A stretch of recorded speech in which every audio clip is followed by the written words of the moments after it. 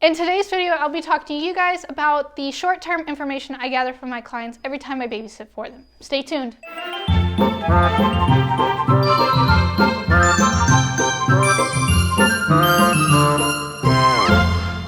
Hey sitters, welcome back to another video. I'm Lydia. If you're new, thanks for joining me. So, I don't know about you, but I have way too many clients to remember whose bedtime routine is what. And on top of that, when I go into a client's house, it is so hectic. They just want to get out of there. Their date night has started when you walk through the door. So the first and most important thing I get from the clients is the emergency contact. If you babysat for them before, I usually phrase it, is the emergency contact still the same? If you haven't babysat for them before, this shows that you're taking initiative to know what to do in an emergency situation, and you're getting that emergency contact. The second one, I've learned this over a couple of years. I want to know what I'm walking into, so I ask the family, is she in a good mood or in a bad mood? Do we have a good day at school or we had a bad day at school? Are they happy that I'm here, or are they a little sad that mom and dad are leaving for the night? I've had clients in the past just kind of walk out the door really quickly, and that's because their kid was in a bad mood and they didn't really want to tell me. And I walked in trying to be in a very exciting mood, and the kid had didn't want anything to do with me. So if they're in a good mood, I can walk in and say, hey, we're excited, whatever.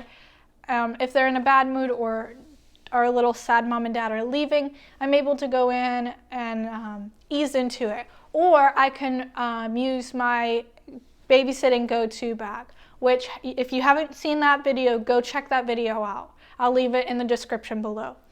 The third one is bedtime. Every kid dreads bedtime when I'm over because we're playing. We love doing activities, movie night, whatever it may be. This includes bedtime routine. When's bedtime? How do you go about bedtime?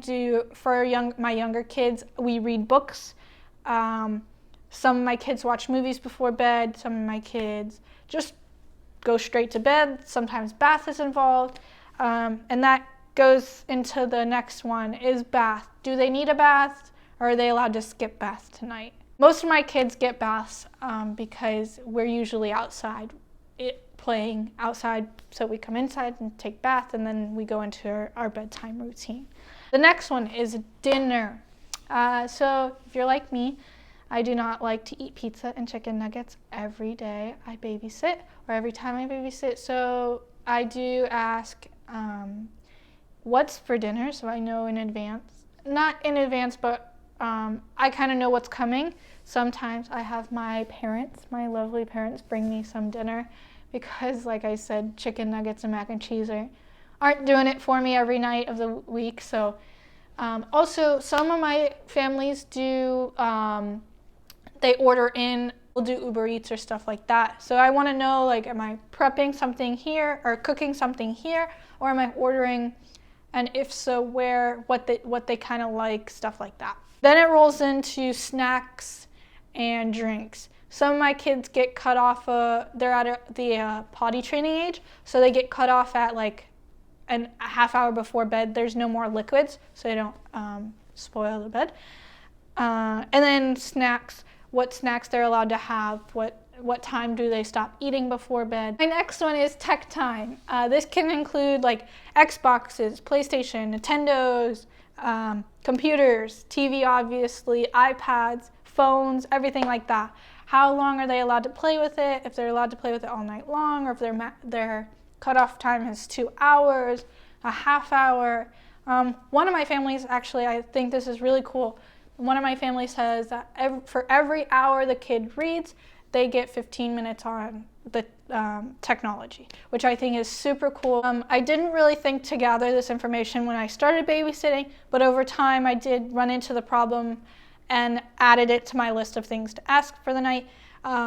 Pets, what am I doing with the pets? Are they good for the night? Do I need to feed them? Do I need to let them out? If so, are they allowed to go out by themselves, or do I need to watch them? If the fence is not if the backyard is not fenced, do I need to go walk them out front?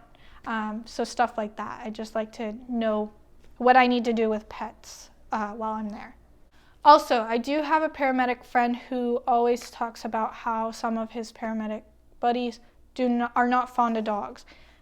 So he suggests that in an emergency, that you find a place to put the dogs. This can be anywhere from outside to the garage to a bedroom, anywhere you can enclose them. Some dogs are very protective over the children.